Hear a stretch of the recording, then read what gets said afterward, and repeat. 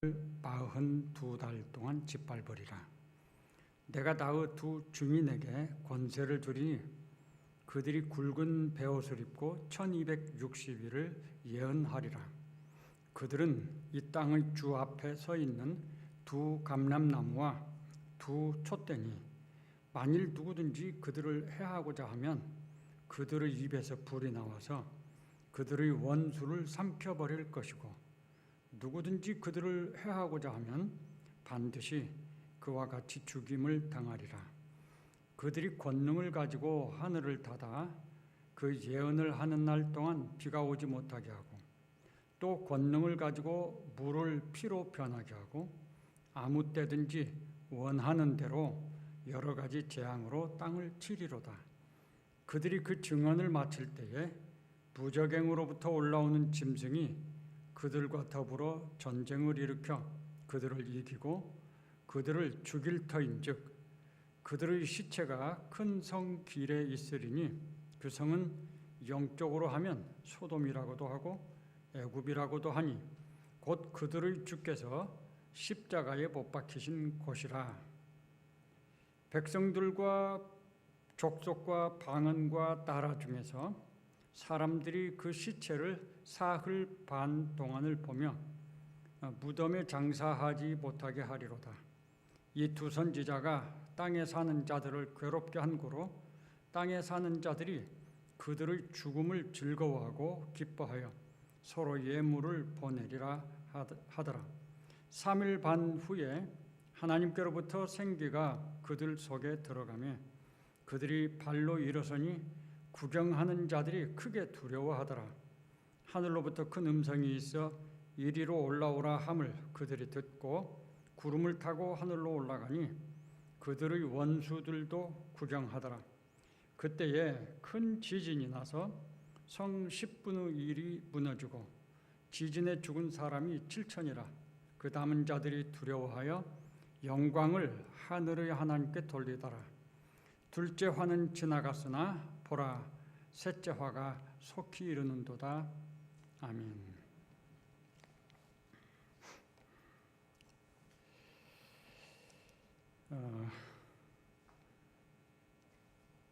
많이 고생들도 하시고 염려들도 하셨죠. 날씨가 우리가 상상할 수 없는 그런 날씨였기 때문에 또 제가 광주에 살아가지고 우리 많은 분들이 광주가 불나리가 좀 났었잖아요. 염려를 해 주시기도 하고 그래서 한편으로는 고맙고요.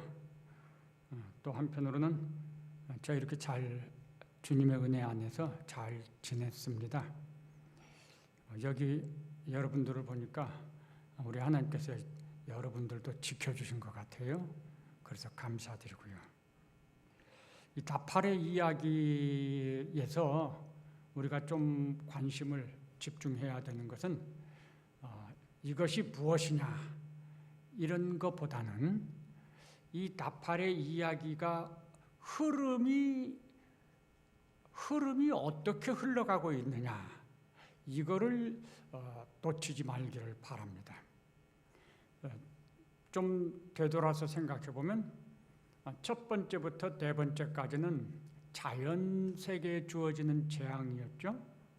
그리고 이제 다섯, 여섯 번째는 사람에게 직접적으로 주어지는 하나님의 경고, 심판입니다.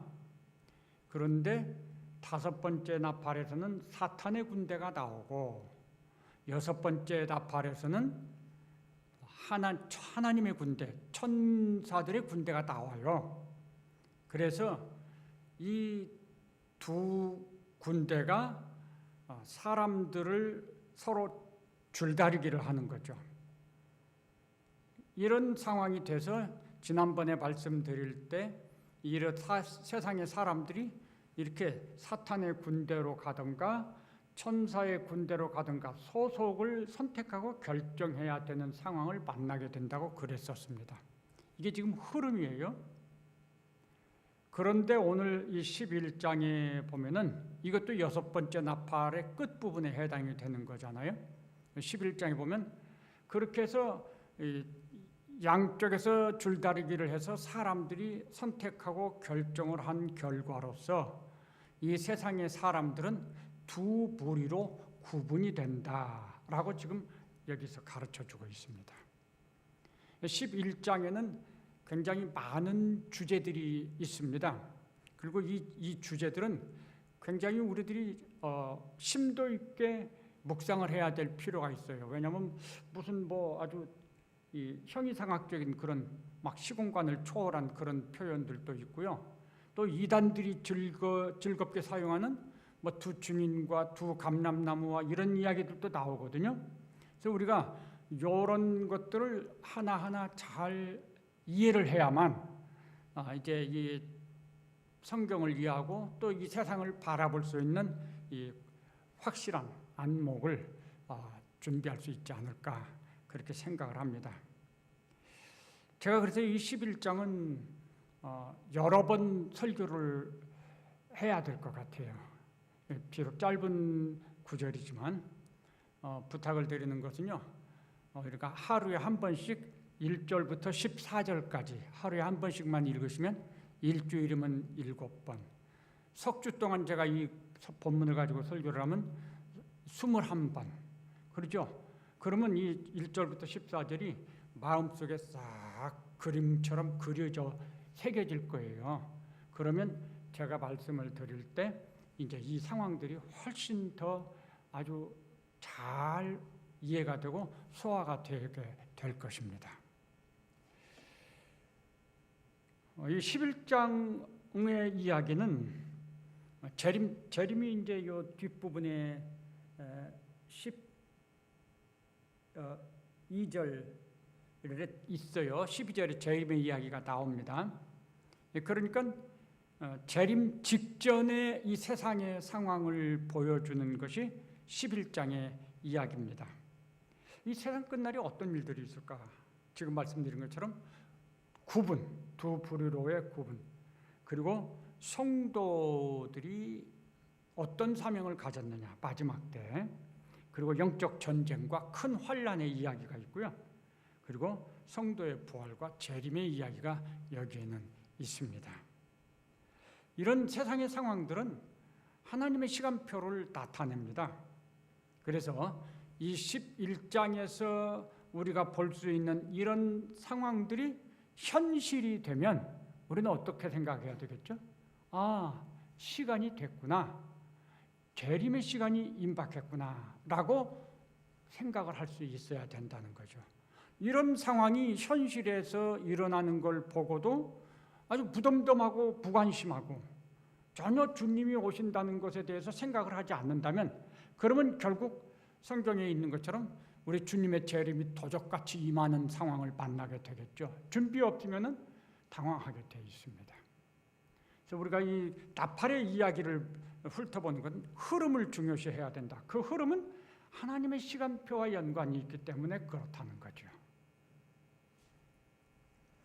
오늘은 이제 그 두 부류로의 구분에 관련해서 말씀을 드릴 것입니다. 이 읽은 내용을 보면은 아주 선명하게 두 부류로 이렇게 구분해서 말씀을 해요. 예를 들면 1절에서는 하나님의 성전과 제단과 그 안에서 경배하는 자들이 있죠. 거기에 대립해서 성전 바깥 마당에 있는 자들이 있습니다. 이렇게 지금 두 부류로 나오죠. 그 다음에 하나님을 경배하는 자들이 있고 하나님을 경배하지 않는 이방인들이 있어요. 성전 바깥 마당에 있는 자들. 그리고 이제 1042달이라는 그 기간이 있고 1260일이라는 기간이 있죠. 사실 이건 똑같은 기간입니다. 이게 42달이 앞서고 1260일이 뒤서고 이렇게 순서적으로 나오는 게 아니라 똑같은 기간이에요. 42달을 일수로 바꾸면 1260일이 되는 거예요. 그래서 이 의미는 서로 다른 날을 의미하는 게 아니라 같은 날인데 성격이 다르다는 거죠.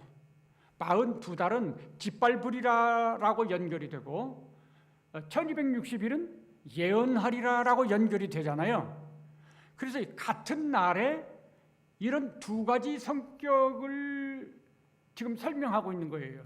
이게 완전히 다른 성격이잖아요. 마지막 때가 이런 상황이 온다라고 하는 것입니다. 이런 상황을. 그래서 이 1260일과 42달의 이야기는 12장에 가면 또 이렇게 반복해서 나옵니다. 이런 이야기들이. 예언하리라와 짓밟으리라. 그리고 두 증인, 두 감람나무 두 촛대, 두 선지자. 사실 같은 사람들이에요. 이게 각각 다른 사람들이 아닙니다. 그건 이제 나중에 또 설명을 드릴 것이니까요.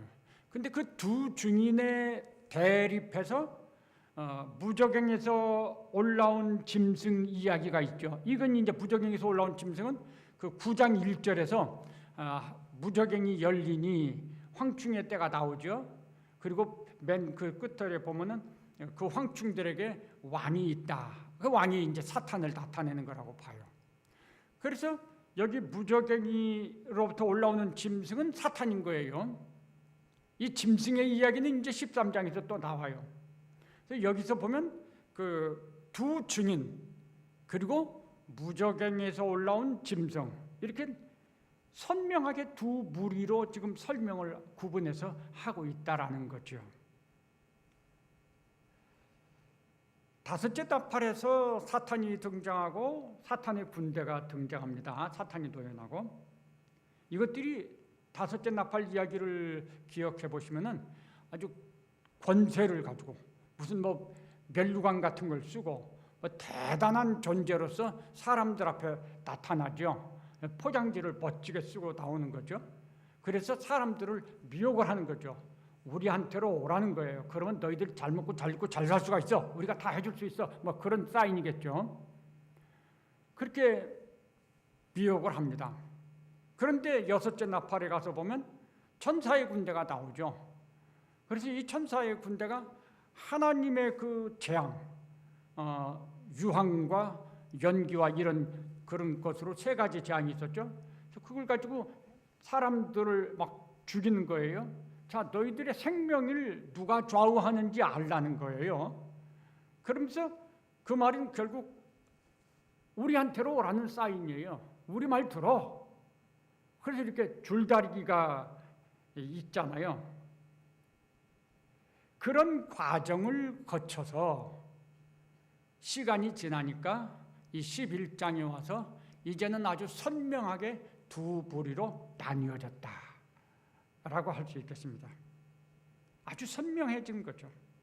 그런데 오늘 읽은 말씀을 보면은 하나님의 성전과 제단과 그 안에서 경배하는 자들을 측량하라 이렇게 측량하라는 말씀이 나와요.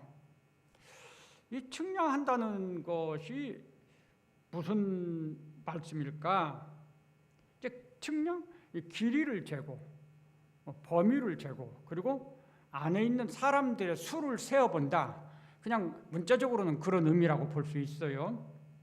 근데 사실 이 사람들은 이미 두 무리로 구분이 되어 있거든요. 그런데 성전 안에서 제단에 엎드려서 기도하는 예배하는 그 사람들을 측량하라? 이게 도대체 뭘 요구하는 것일까? 그 사람들을 세어보라. 그럼 그들 중에 뭐 거기에 있으면 안 되는 사람이 있으니까 분별하라 그런 뜻일까요? 그게 아니죠. 왜냐하면 선명하게 둘로 나뉘어져 있거든요. 그러면 여기서 측량하라는 것은 어떤 의미냐? 이내 이야기에서 보면 성도들이 기도할 때 우리 기도를 언제까지 들어주지 않으십니까? 라고 하니까 그 수가 차기까지 하라고 말씀하신 거 기억나시죠? 그러니까 하나님의 마음속에는 정한 수가 있는 거예요. 세상에 하나님의 잃은 양들이 있는데 그 잃은 양들의 수가 하나님의 마음속에는 있다는 거죠. 그래서 그 수가 다 찾아지면 이제 세상 끝날이 되는 거죠. 여기서 완벽히 선명하게 두 무리로 구분이 된다는 것은 그 하나님의 잃은 양을 다 찾았다는 의미가 되는 거예요. 한편으로 보면. 그런데 측량하라고 하는 건 그럼 무슨 의미일까요? 그 수가 혹시 빠진 사람이 없나? 내가 생각한 그 숫자 거기 다 찾느냐? 그거 확인하라는 것이겠죠? 저는 그렇게 이해를 했습니다. 빠진 사람이 없나? 제대로 숫자가 다 찼나? 확인해봐라. 측량해라. 이 한쪽만 측량하면 나머지는 다 반대쪽에 있는 사람들이니까 측량할 필요가 없어요.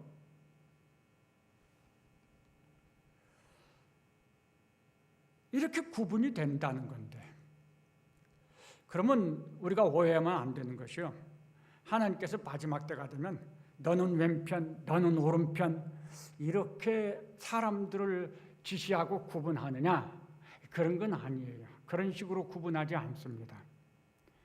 우리가 지금 이 세상을 사는 삶 자체가 구분의 작업, 구분의 과정인 거예요. 우리가 여기 앉아 몸도 불편하시고 날씨도 좀 그렇고 한데 코로나도 재유행하고, 그런데 우리 여기 와서 앉아 있어요. 이게 우리 삶의 모습인 거죠. 우리가 여기 와서 앉아 있다고 하는 것은 무엇을 나타내는 것일까요? 우리가 하나님의 성전과 제단과 그 안에서 경배하는 자들의 무리에 있다는 걸 나타내는 거죠. 이 세상을 살아가면서 각 사람들은 자기의 삶을 통해서 자기가 어떤 무리에 속해 있는지를 나타내면서 산다는 거죠. 그래서 그렇게 해서 사람들이 다 스스로 구분하는 거예요. 선택하고. 마지막 판에 하나님께서 측량하라. 혹시 잘못된 일은 없나? 숫자가 다 찼나? 그리고 측량했어요. 그 다음에 이 막대기계를 주셨다고 했으니까 이게 뭐 하는 것일까요? 그런 게임 해보셨나요?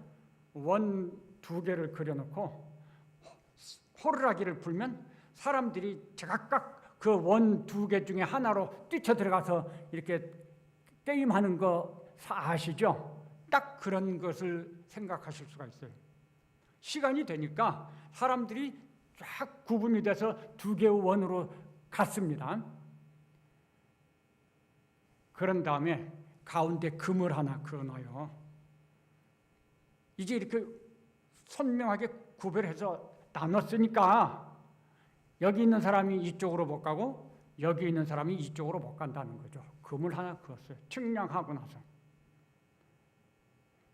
사실 현재의 세상, 아직 이 11장의 일들이 현실이 안 됐거든요. 그래서 현재의 세상에서는요, 왔다 갔다 할 수 있어요. 성전 안에 있던 사람이 밖으로 나갈 수도 있고 밖에 있던 사람이 안으로 들어오는 경우도 생길 수 있겠죠. 안에 있는 사람이 갈아지면은 밖으로 나가야 되겠죠. 밖에 있는 사람이 하나님의 이른 양이 있을 수가 있어요. 그러면 안으로 들어오겠죠. 이 모든 것이 정리될 거예요. 하나도 오차 없이. 근데 현재는 그렇게 왔다 갔다 할 수 있어요.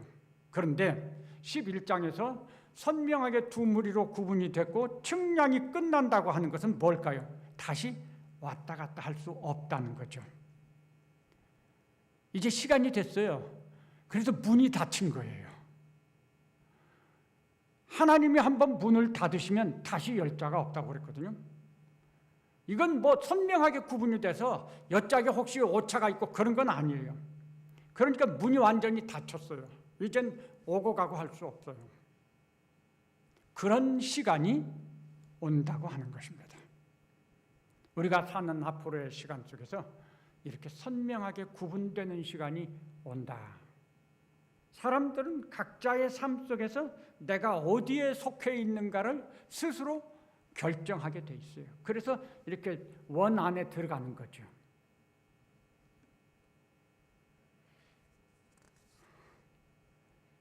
그러면 두 무리로 선명한 구분이 이 세상 끝날의 상황이라고 한다면 이걸 뒤집어서 생각하면 현재 그동안의 현실 세상에서는 이 서로 다른 두 무리가 뒤섞여 있었다는 말이 됩니다.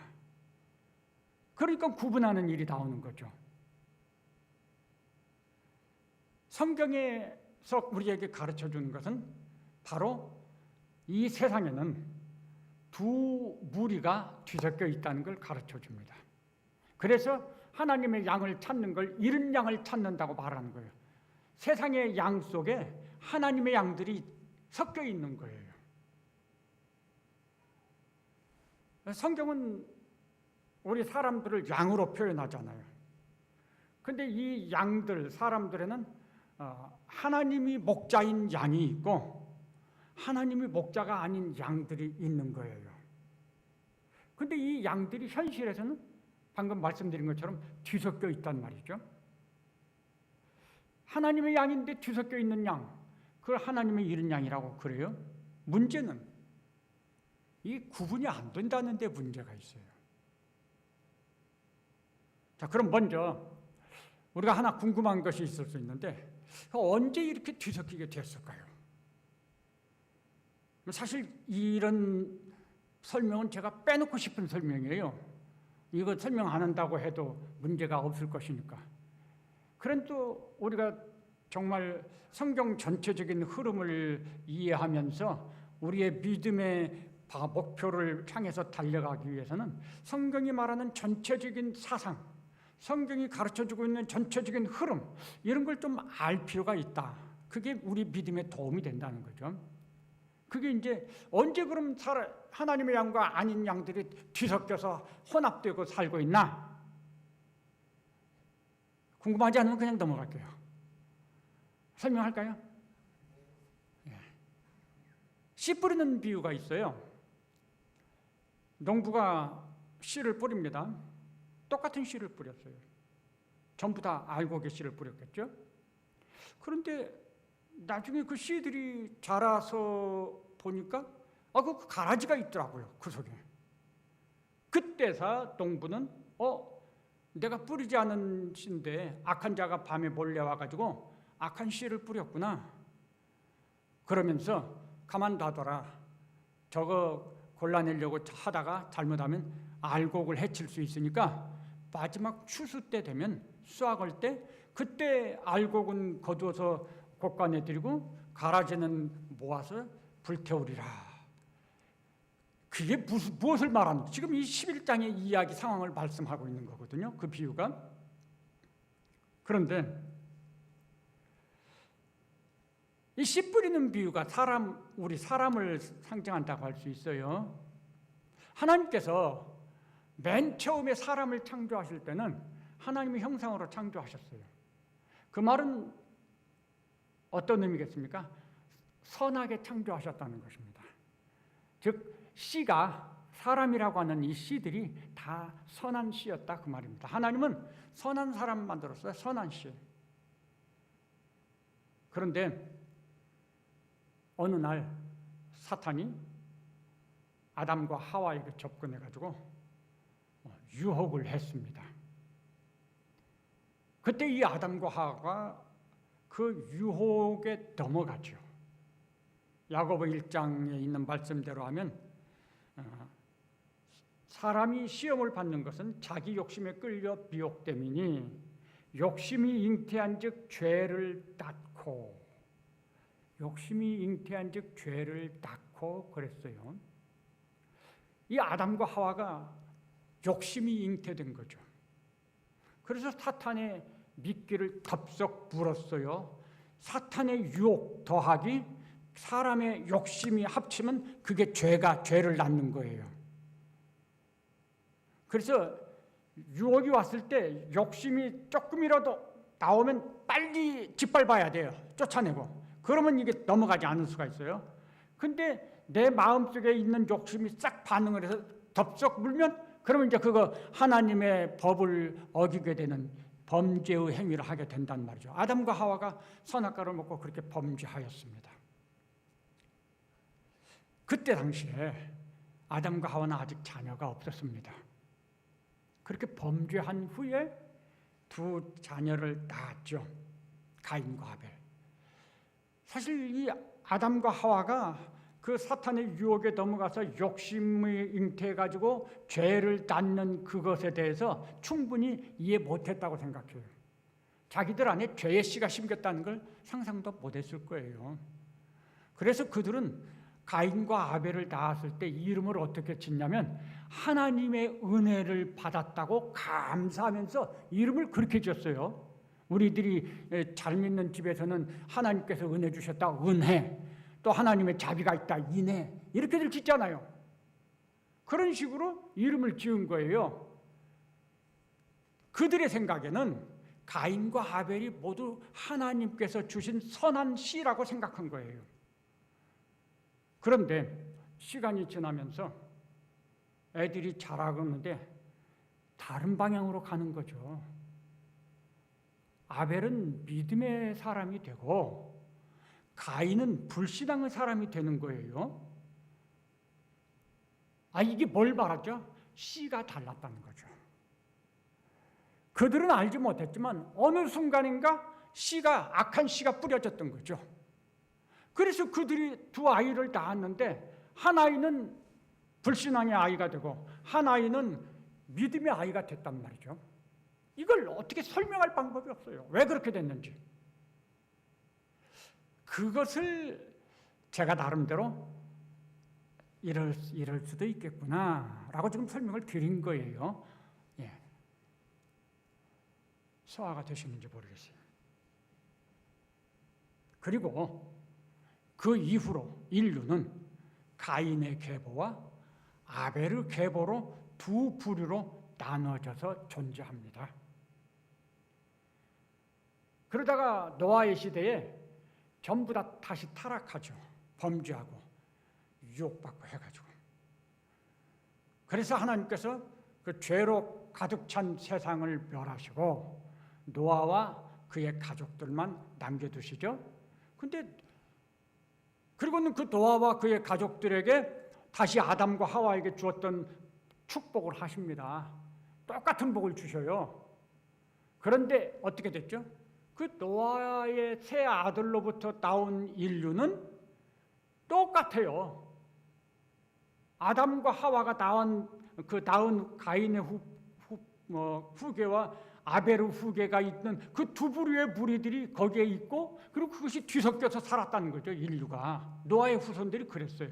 그래서 아브라함 당시까지는 전 세계가 또 하나님을 모르는 세상이 돼버리고 말았어요. 이게 세상의 모습인 것입니다. 실상 그 씨라고 하는 것이 이렇게 구분되어 있는데 이게 뒤섞여 있고, 그리고 우리는 그것을 알 수 없다라고 하는 것이죠. 인류는 이렇게 창세기에서부터 두 부류의 흐름이 있었다는 거죠.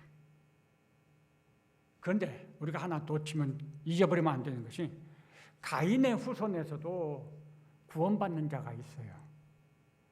아벨의 후손에서 구원 못 받는 자가 있어요. 에서의 후손에서 구원받는 자가 있고 야곱의 후손이지만 구원 못 받을 자가 있단 말이죠. 그러니까 우리는 정말 난감해요. 우리가 함부로 정죄하면 안 돼요. 포기하면 안 되고. 우리는 아무것도 모르거든요. 구분도 할 수 없고 하나님의 이른 일지 아닐지도 모르는 거고. 성경은요, 이렇게, 그래서 이제 이 성경적인 사상을 보면 사람이 모여 있는 곳에서는 언제나 이 두 계보가 이 구분이 일어난다는 거죠. 구약에서 방금 말씀드린 것처럼 가인과 아벨, 이스마엘과 이삭, 에서와 야곱, 아브라함의 혈통적 후손과 믿음의 후손, 유다와 북쪽 이스라엘, 유대인과 이방인. 성경엔 계속해서 그 두 부류의 무리를 말씀하고 있어요. 신약에도 마태복음 24장에 보면 예수님이 그 마지막 징조에 대해서, 말씀의 징조에 대해서 말씀하신 다음에 밭에서 두 사람이 일하고 있다. 그런데 때가 되면 하나는 올라가고 하나는 남는다는 거죠. 이 두 부류로 갈라지는 거죠. 근데 그 올라가고 남는 것은 그때 결정되는 게 아니에요. 이미 이 사람들의 삶 속에서 그게 분리되어 있었던 거죠. 그러니까 때가 되니까 올라가고 남는 거예요. 마태복음 25장 맨 세 번째 비유는 양과 염소의 비유인데요. 하나님 나라의 백성이 어떻게 살아야 되느냐 하는 것을 말씀하고 있습니다. 근데 그 양과 염소에는 결국 하나님 나라에 합당한 자와 하나님 나라에 합당하지 못한 자의 이야기입니다. 거기에 보면 모든 민족을 그 앞에 모으고 각각 구분하기를 목자가 양과 염소를 구분하는 것 같이 하여 양은 오른편에 염소는 왼편에 두리라 라고 말씀했어요. 그래서 이렇게 구분한다는 거죠. 예수님도 말씀하셨어요. 예수님 좀 이런 말씀을 하셨죠. 너희 원수가 너희 집안에 있다. 부모가 자녀를, 자녀가 부모를 핍박하고 감옥에 가두게 하고 이런다. 때가 되면 그럴 것이라는 거죠. 누가 내 부모고 형제냐? 하나님의 뜻대로 하는 자라야 내 부모고 내 형제다. 이런 말씀하셨죠? 이게 두 무리가 있다는 것을 지금 말씀하고 있는 거죠. 요한복음 8장에 보면 가늠하다 잡힌 여인을 이제 예수님께서 나도 너를 정죄하지 않겠다 그렇게 말씀하셨죠. 이거 한번 말씀드린 것 같은데 이 본문은. 근데 그 뒤를 쭉 읽어보면은 유대인들과 논쟁이 벌어집니다. 근데 유대인들이 예수님의 말씀을 자꾸 거역해요. 대항하고. 그러니까 유대인들을 향해서 뭐라고 말씀합니까? 너희가 만일 아브라함의 자손이면 내 말을 듣고 나를 믿을 것이다. 근데 너희가 아브라함의 자손이 아니구나. 요한복음 8장에 그 다음에 쭉 44절쯤 내려가면 사탄은 거짓말쟁이다. 사탄의 본질이 설명되어 있거든요. 그럼 결국 그게 뭐냐? 너희들이 하나님께로부터 온 자가 아니면은 너희들은 사탄으로부터 온 자다 라고 지금 말씀하신 거예요. 이렇게 현실 세상에서는 뒤섞여 있어요. 두 무리가 구분이 안 된 채로 뒤섞여 있다는 말이 뭐죠? 어디서든지 사람들이 모여 있는 곳에서는 구분이 일어난다는 것입니다. 정리하면 국가와 사회 그리고 어떤 단체, 일터 그리고 우리 가정에서도 유감스럽지만 그리고 우리 교회에서도 유감스럽지만 구분이 일어날 수 있다는 거죠. 우리가 객관적으로 냉정하게 이런 것들을 생각을 해야만 우리의 현실을 직시하고 거기에 대처해 나갈 수가 있을 것입니다. 에이, 내 가정은 없어. 에이, 우리 교회는 없어. 이러면 준비를 못하죠. 역사란 무엇일까요? 지금 이 역사적인 역사를 보는 그런 말씀을 드렸어요. 역사란 무엇인가? 지금 설명한 대로 하면 구분의 역사입니다. 역사는 구분의 일을 하는 거죠. 그럼 뭘 구분하죠? 하나님의 양과 하나님의 양 아닌 두 무리를 구분하는 거예요. 섞여 있는 사람들 속에서 하나님의 잃은 양을 찾아내는 것, 그게 하나님의 나라를 향해서 지금 하나님께서 하고 계시는 수고예요. 우리는 하나님의 잃은 양들이었다가 찾아진 양들일 수가 있는 거죠. 지금도 이 일이 진행되고 있단 말이죠. 그런데 이 일이 끝나면, 즉 선명하게 두 무리로 구분이 되면 그 시간이 반드시 와요. 여기 계시록 11장에 있는 것처럼. 그럼 그 시간이 세상 끝날의 시간인 거예요. 물론 그런 때가 오면 그 다음에 일들이 또 벌어지는 게 있어요. 영적 전쟁과 큰 환란 이런 것들이 여기에 있거든요. 왜냐하면 그렇게 두 무리로 나뉘어지니까 대적의 전쟁이 일어나는 것이 맞겠죠. 이 혼란은, 구분의 역사는 창조 때부터 시작이 된 거죠. 그래서 주님의 재림 직전에 마무리가 되는 것입니다. 그때는 하나님의 잃은 양들을 다 찾는 시간이 되는 거죠. 그래서 여기 있는 것처럼 하나님의 성전과 제단과 그 안에서 이렇게 하나님을 경배하는 무리들과 성전 바깥에 있는 무리로 나뉘어지고, 성전 바깥에 있는 무리는 짓밟으리라, 행동이 그렇고요. 안에 있는 무리들은 예언하리라, 세상을 향해서 이렇게 구분된 삶을 산다라고 하는 것입니다. 문제는 아까 말씀드린 것처럼 이 양들을 구분할 수가 없다는 거죠. 우리는 알아볼 수가 없어요. 뒤섞여 있죠. 하나님이 창조 때 지으신 그 선한 씨앗들을 찾아내야 되는데, 하나님이 이런 양 찾기를 해야 되는데 어떻게 하죠? 그건 하나님께서 처음에는 아브라함을 부르셨어요. 아브라함도 이른 양이었었습니다. 그래서 불러가지고 아브라함에게 언약을 주셨죠. 후손의 약속을 하셨습니다. 그 다음 때가 됐을 때 하나님은 그 언약에 따라서 언약의 후손, 즉 하나님의 독생자 예수 그리스도를 세상에 보내셨습니다. 예수 그리스도가 세상에 오셨는데 인간의 몸으로 오셨지만 우리하고 다른 것이 있죠. 예수님은 죄로부터 완전히 거룩한 분이었습니다. 또 예수님의 삶에서 예수님은 단 하나의 죄도 범치 않으셨습니다. 죄와의 싸움에서 100% 이기셨습니다.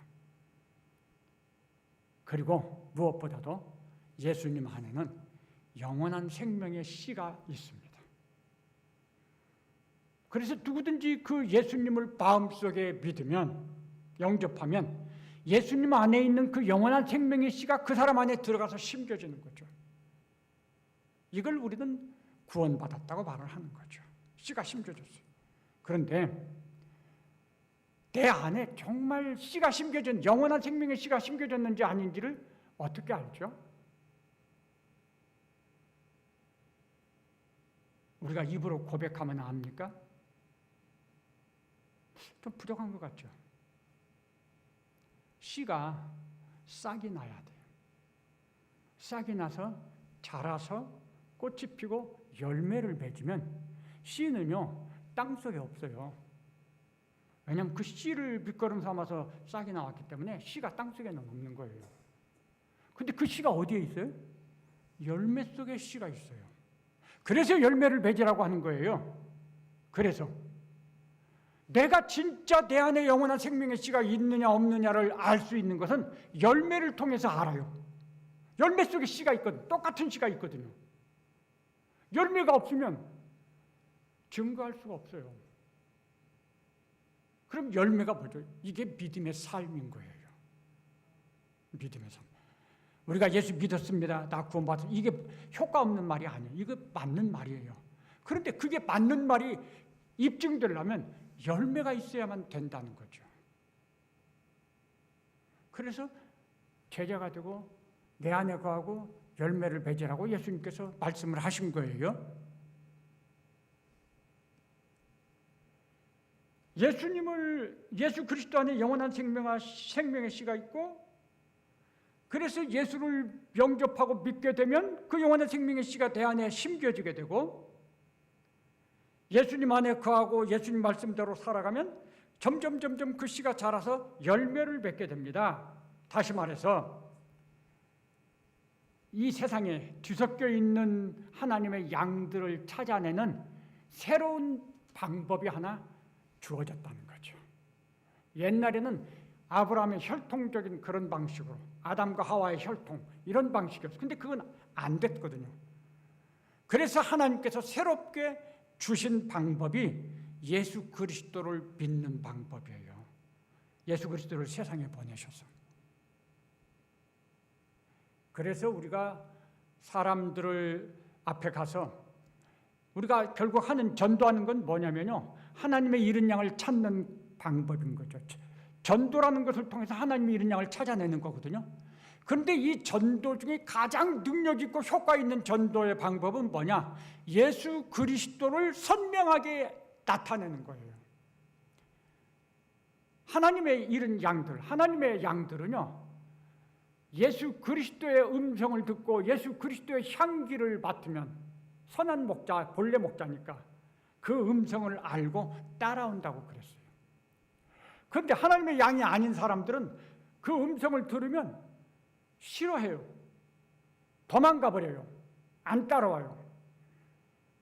가장 효과 있고 능력 있게 하나님의 잃은 양과 하나님의 양 아닌 그 양들을 구분하고 잃은 양을 찾아내는 방법은 예수 그리스도를 선명하게 드러내는 거예요.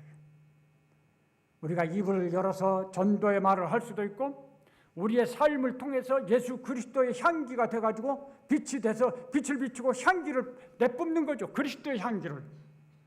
그러면 가장 선명한, 그래서 고린도전서 1장 18, 24절 보면 십자가의 도, 그리스도를 전하는 것은 유대인이나 헬라인들에게는 미련하고 어리석은 것이지만 그러나 하나님의 부르심을 받은 자들에게는 하나님의 능력이고 지혜다라고 했습니다. 우리가 왜 전도를 하고 왜 복음을 전해야 되느냐? 왜 그리스도를 드러내야 되느냐? 이게 하나님의 잃은 양을 찾는 최고의 방법이거든요. 그렇게 해서 이 세상은 예수 그리스도를 믿는 사람들과 예수 그리스도를 믿지 않는 사람들의 두 부류로 분명하게 구분이 됩니다. 때가 되면 그런 날이 반드시 옵니다. 그러면 어떤 생각을 해야 되죠? 끝날이 되었고 재림의 시간이 코앞에 왔구나라고 생각을 하실 수 있어야 된다는 거죠. 이 다팔의 이야기들이 우리에게 그런 안목을 깨우쳐주기 위해서 있다고 봅니다. 그런데 여기까지만 말씀드리고 말면 빠진 것 같잖아요. 이런 내용들이 현재 우리들에게 주는 교훈이 뭘까? 몇 가지 말씀을 드린다면, 첫째는 우선 우리 자신을 점검해야 되겠죠. 현재 나는 이 두 부류 중에 어떤 계보에 속해 있는가? 요거 먼저 확인을 해야 돼요. 현재. 과거에는 어땠느냐? 현재. 그리고 이 현재로부터 시작해서 앞으로 나는 어느 부류에 속할 것인가? 왜냐하면 아직은 과정 중간이니까요. 끝이 중요해요. 끝에 내가 어디에 있느냐가 중요해요. 현재 내가 여기에 있다고 할지라도 끝에 가서 다른 쪽으로 가면 안 된다는 거죠. 자기를 점검해야 되겠어요. 처음에 말씀드린 것처럼 어떤 상황에서도 얼마나 사실 피곤하십니까? 그런데도 주님 앞에 나와서 주의를 거룩히 지키고 예배하고, 이게 주님을 사랑하는 마음 때문에 이렇게 하는 거거든요. 우리 예수님께서 베드로에게 나 사랑하느냐고 질문하셨잖아요. 그거 하나면 된 거예요. 주님을 사랑하는 마음. 혹시 여러 가지 상황 속에서 여기에 함께 하지는 못했지만 그러나 인터넷으로 여러 가지 방법으로 예배를 드리고 하나님께 의지하고 하는 그런 성도들도 있겠죠. 자, 그런 분들은 어디에 속한 분들일까요? 다 하나님의 잃은 양들이 있는, 여기 있는 데로 하면 하나님의 성전과 제단과 그 안에서 경배하는 자들의 무리에 속해 있는 것입니다. 이런 때도 아멘이 나와야 되는데요. 예. 감사하죠. 정말 감사한 거예요. 이거보다 감사한 게 없습니다. 근데 지금이 만족하시면 안 돼요. 우리가 앞으로 달려갈 과정이 좀 더 남아 있습니다. 이 믿음의 경주 끝까지 달려가겠습니다. 어떤 상황을 만나도 내가 결코 여기서 흔들리고 이탈하지 않겠습니다. 지금 우리는 이 싸움하는 거예요. 왜? 세상이 자꾸 어려워지고 험해지잖아요. 우리 믿음의 경주를 끝까지 달릴 수 있느냐 없느냐 그 싸움하는 중이에요. 우리가 그런 결심을 매일같이 새롭게 해야 돼요. 두 번째로 말씀드린 것처럼 인류는 하나님의 양과 아닌 양들이 뒤섞여 있죠. 하나님의 잃은 양을 찾는 것, 그게 하나님의 뜻이에요. 우리가 가끔 하나님의 뜻이 무엇입니까? 이렇게 질문하는 경우들이 있어요. 근데 성경에는 분명한 하나님의 뜻들이 있습니다. 그게 뭐냐? 하나님의 이른 양을 찾는 건 뭐 너무 명백한 하나님의 뜻이에요. 우리가 이 일을 하면 되는 거죠. 우리는 그런 이른 양들을 찾는 일에 불리움을 받은 거죠. 먼저 부름을 받았습니다. 우리 그 일을 잘 감당할 수 있기를 바랍니다. 그것을 위해서 우리가 우리의 입술로 그리스도를 전하고 우리의 삶으로 그리스도의 향기를 발하는 이런 삶을 살 수 있기를 바랍니다. 그게 최고예요. 그럼 그렇게 살 때 우리 안에 평강이 넘치게 됩니다. 세 번째로 우리의 책임이 전도가 우리의 책임인데요. 이른 양을 찾는. 그런데 그 책임을 감당할 가장 중요한 장소가 있어요. 그것은 가정입니다. 왜냐하면 구분이 가정에서도 일어날 수 있다고 그랬잖아요. 에서와 야곱을 이삭의 마음을 좀 이해를 해보세요. 인간적으로 보면 야곱은 이게 아주 날라리고 에서는 대범한 성격을 가지고 아주 씩씩한 남자다웠잖아요. 꽁한 사람이 아니었습니다. 그런데 하나님의 예정에 의해서 이 날라리 같은 야곱은 언약의 후손이 되고 인간적으로 멋있어 보이는 에서는 아니잖아요. 그걸 알고 있는 이삭의 마음은 아버지로서 마음이 얼마나 아팠겠습니까? 그러니까 이삭은 야곱에게 줄 축복, 언약의 계승자로서의 축복은 에서에게는 못하죠. 하나님이 정하신 건데. 그래서 에서에게 육신의 복을, 땅의 복을 주려고 좀 더 많이 주고 싶어서 그렇게 마음을 먹고 했던 거예요. 그걸 오해를 해가지고 이삭이 치매가 걸려가지고 지금 앞뒤 분간 못하고 저런다고 속여서 가르쳐서 야곱이 그 기도, 축복 기도를 받죠. 그렇다고 그게 야곱 것이 된 거 아니에요. 에서가 먼저 하나님이 복을 주셔서 한 나라를 이루고 한 민족을 이루잖아요.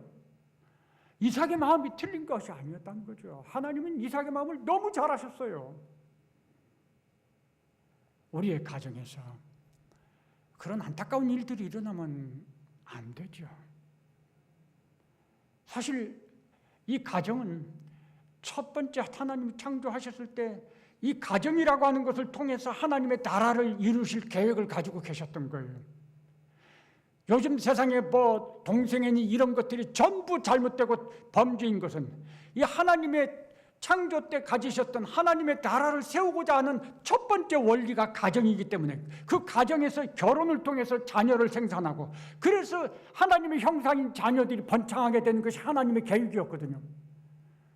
요즘 세상에서의 그런 문란한 것들은 절대로 하나님의 그 계획에 맞는 게 아니에요. 하나님의 계획을 완전히 망가뜨리는 거죠.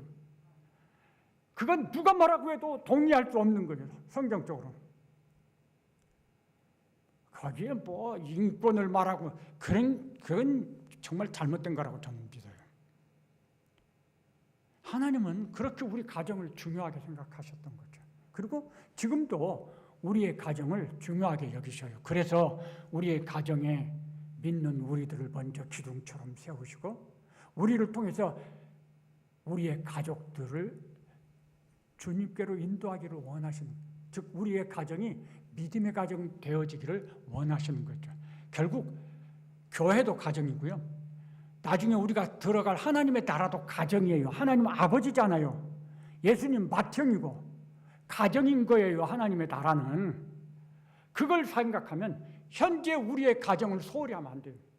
우리가 밖에 나가서 선교하고 전도하지 못할지라도 우리의 가정에서만큼은 우리의 가족들을 믿음의 가족으로 이렇게 세우기 위해서 정말 눈물을 흘리고 기도하면서 우리의 삶에서 그리스도의 향기가 되고 빛이 돼야 돼요. 이거 왜 그러냐면 제가 즐겁게 쓰는 예가 있는데요. 돌이 물에 던져서 떨어졌습니다. 그럼 파문이 어디서 일어납니까? 돌이 떨어진 거기서부터 파문이 이렇게 시작돼서 멀리 가죠. 파문이라는 게 돌이 떨어진 장소에서 먼 데서부터 파문이 일어나는 법이 있습니까? 그런 법은 없어요. 이게 하나님의 법칙인 거예요. 하나님이 우리를 부르셨어요. 우리가 예수님을 믿고 새 사람 됐습니다. 그러면 이 파문이 어디서부터 일어나야 되는 거예요? 내 가정에서부터 시작이 돼야지 맞는 거예요. 근데 가정은 놔두고 믿든지 말든지 놔두고 예수 믿는다고 하더니 하고 안 좋은 소리 듣고, 그런데 교회에 나와서는 또 세상에 나가서는 이건 잘못됐다는 거죠. 물론 우리 그거 하지 말라는 게 아니죠. 기회가 되면 열심히 해야 돼요. 포기하지 않아야 돼요. 그런데 그런 것을 앞장세워 하다가 우리 가정을 소홀히 하는 일은 없어야 되겠다. 우리 성도님들의 가정이 다 믿음의 가정이 돼서 그거보다 더 큰 기쁨이 어디 있습니까? 첫째는 내가 믿는 하나님의 구원받은 백성이 되는 것이고, 두 번째는 우리 가정이 그렇게 되는 것, 이 세상에 그거보다 더 큰 복이 어디 있어요? 우리 그게 하나님의 분명한 뜻입니다. 그래서 우리 믿는 자녀들이 많아지는 것이 하나님의 나라를 이루는 거예요. 마지막으로요, 우리 교회를 정말 가치 있고 소중하게 여겨야 돼요. 신앙 공동체잖아요. 아까 말씀드렸지만 교회가 가정이에요. 모델이. 그리고 하나님 나라가 교회입니다. 그런데 모델이 가정이에요. 그러니까 이 신앙 공동체인 이 교회에 우리가 연합해가지고, 이 신앙 공동체는 냉정하게 생각하면 육신의 가족에는 영원한 가족이 아닌 사람도 있을 수 있어요. 그런데 그 점에서 누가복음 18장에 있는 것처럼 포기하지 말고 기도하라고 그랬어요. 끝까지 믿음으로 기도하세요. 하나님, 우리 가족을 믿음의 길로 인도해달라고 하나님 약속하셨습니까? 그런데 누가 그냥 일찌감치 뛰쳐나가버릴 수도 있거든요. 육신의 가정에서는 그럴 상황이 있을 수 있어요. 그런데 우리 교회 신앙공동체는 영원한 가정이고 영원한 가족입니다. 우리가 이 교회를 소중히 여기고 우리 함께 주 안에서 성도된 우리 이 영원한 가족을 소중히 여기는 거, 이거 너무 당연하고 너무 자연스럽고 너무 중요한 거예요. 우리들이 연합해가지고 그리스도의 몸을 건강한 몸으로 세우는 거잖아요. 누군가 한 사람이 어려움이 있고 누군가 한 사람이 넘어지고 그럴 때 우리가 에베소 교회처럼 막 비난하고 막 공격하고 그러지 않아야 돼요. 예수님과 제자들이 베드로를 배려한 것 같이 그렇게 배려하는 사랑을 가지고 붙잡아 주려고 애를 쓰셔야 돼요. 그럴 때 우리 이 신앙 공동체, 이 교회가 정말 멋진 공동체, 안디옥 교회 같이 소문난 공동체가 되는 것입니다. 하나님 나라의 모습을 우리 현실에서 우리가 맛보면서 살 수 있게 된다는 것이죠. 그래서 우리가 정말 열심히 보이고 이 공동체가 알곡의 모임이 되기를 위해서 기도하고, 말씀드린 것처럼 배려하는 사랑을 통해서 점점 하나됨이 견고해지도록 이렇게 해야 되겠다. 두 무리의 이야기를 가지고 이렇게 말씀을 드렸습니다. 잠깐 제가 대표로 기도하고 마치도록 하죠. 우리 청년부 수련회 내일 비 소식 있잖아요. 아무쪼록 하나님께서 붙잡아 주시고 지켜주시도록 또 은혜 주시도록 잊지 말고 기도해 주시고요. 기도하겠습니다. 이 세상에는 두 무리가 섞여 있고 그 가운데 하나님의 이른 양들이 있는데 마지막 때가 되면 선명하게 두 부류가 구분된다고 하는 것 알려주셨습니다. 우리들이 이 세상을 살아가면서 이 세상의 변화되는 모습들, 흐름들을 주시하며 이 세상의 상황들 속에서 말씀에서 알려주신 그런 상황들이 나타나는 걸 볼 때에 성령 하나님 우리의 마음속에 깨달음을 갖게 하시고 또한 우리들이 더욱더 믿음에 굳게 서서 우리의 달려갈 길을 잘 달려갈 수 있도록 도와주시기를 바랍니다. 우리를 구원하시고 하나님의 자녀요 영원한 가족 삼아주셔서 얼마나 감사한지요. 이게 하나님의 놀라운 은혜인 것을 인정하고 영광을 돌립니다. 우리만이 아니고 우리를 통해서 우리의 가정을 믿음의 가정으로 인도하시기를 원하시고 우리의 주변에 있는 사람들의 그 속에 섞여 있는 하나님의 이런 양들을 찾아내기를 원하시는 하나님의 뜻들을 저희들이 분명하게 이해하면서 우리의 남은 삶 속에서 그 하나님의 뜻에 헌신하고 하나님의 뜻을 이루어 드리고자 애쓰는 그런 나날이 되는 은혜를 주시옵소서. 우리가 그런 일들을 잘 감당할 수 있도록 건강도 주시고 또 우리에게 필요한 것들을 허락하시고 우리에게 지혜와 능력을 더하여 주시옵소서. 성령 하나님께서 우리 안에서 강하게 역사하여 주시옵소서. 무엇보다 우리에게 우리 영원한 가정, 영원한 가족인 이 교회를 주신 것을 감사합니다. 우리가 이 교회를 사랑하고 정말 이 교회 안에서 서로 사랑하고 교회를 통해서 하나님을 예배하고 영화롭게 하면서 이 세상의 삶을 끝까지 잘 달려가도록 그리고 우리 교회가 오늘 이 세상에 그리스도의 향기를 바라고 그리스도의 빛을 드러내는 그러한 이런 양들이 우리 교회를 보고 찾아 나오게 하는 그런 능력 있는 교회, 열매 맺는 교회 되도록 하나님 은혜를 주시옵소서. 감사드립니다. 예수님 이름으로 기도합니다. 아멘. 지금은 우리 구주 예수 그리스도의 은혜와 하나님 아버지의 크신 사랑과 성령 하나님의 교통하심이